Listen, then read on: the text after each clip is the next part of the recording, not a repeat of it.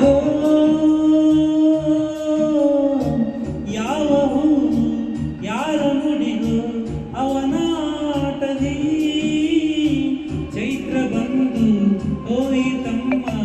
ನನ್ನ ತೋಟದಿ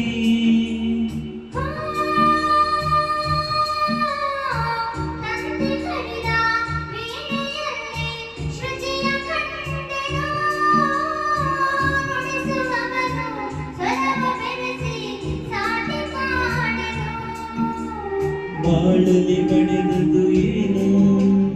ಅರಿಯದೆ ಕಳೆದದು ಏನೋ ಕಾಣದ ಕೈಗಳ ಸ್ಪರ್ಶ